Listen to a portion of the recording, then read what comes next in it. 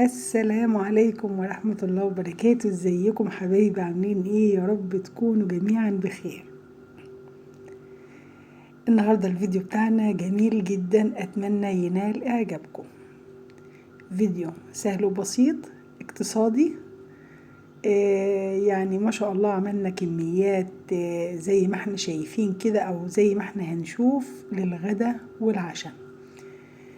فيديو بسيط واقتصادي. اقتصادي ازاي يا ماما دودو؟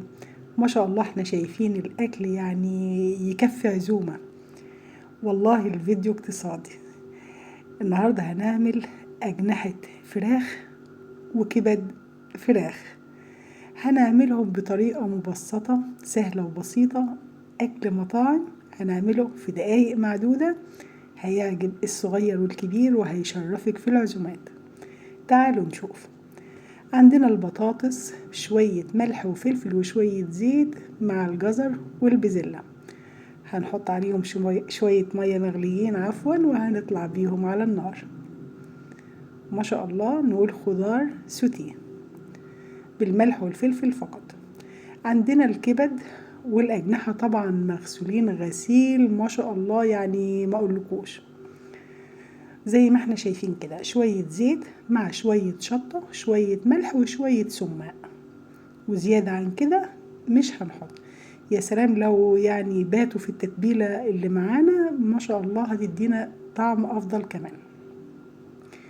عندنا فلفل ألوان قطعناه في أسياخ الشيش طاووق زي ما احنا شايفين. هنعمل الأجنحة زي الشيش طاووق صدور الفراخ.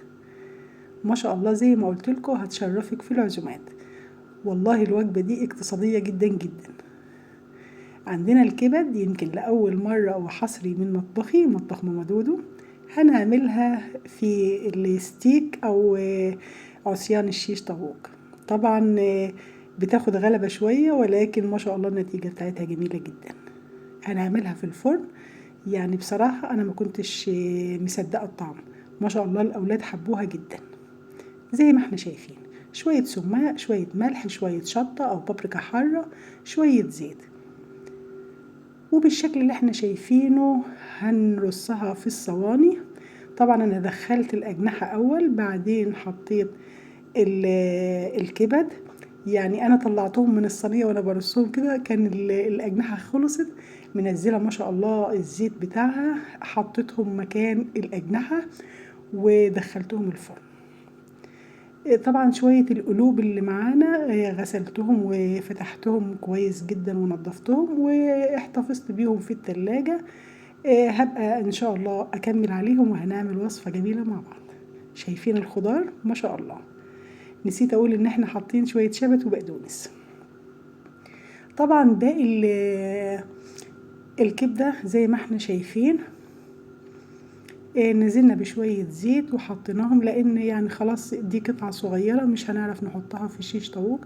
كمان انا قلت يعني مش هنعرف نعملها شيش طاووق قلت يعني اعملها جنب بطاطس مقلية، اعمل سندوتشات منها للاولاد بالليل. شايفين ما شاء الله شكل الاكل، يعني اللي يشوف يقول ما شاء الله الاكل ده يعني متكلف كتير، ولكن والله يعني اقل من 10 يورو.